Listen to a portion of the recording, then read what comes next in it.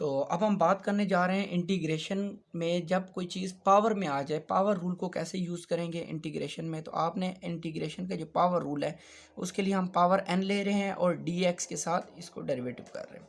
तो जो भी आपकी पावर होगी, पावर को आपने इंटीग्रेट कैसे करना है, आपने इंटीग्रेशन इसकी ये होगी n+1 ओवर n+1 कर लेनी। जो भी पावर होगी आपकी उसमें +1 ऊपर भी +1 नीचे भी, और इसके साथ आपने इसको c कर लेना है। तो ये इंटीग्रेशन होगी पावर रूल की। अब मैं एग्जांपल लेता हूँ, नेक्स्ट इसकी एक एग्जांपल सॉल्व कर लेते हैं। तो हमारे पास जो इसकी एग्जांपल बनेगी कि इंटीग्रेशन ऑफ x की पावर 2 ऑफ dx। अब हम पावर ले रहे हैं तो जैसे ये 2 है तो यहाँ हमने n इक्वल टू n+1 किया।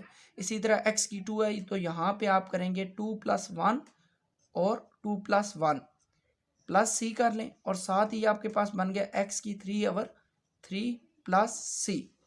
तो आपके लिए टास्क कि आप x की 3 ओवर dx की इंटीग्रेशन करके कमेंट सेक्शन में बताएं कि इसकी इंटीग्रेशन क्या होगी।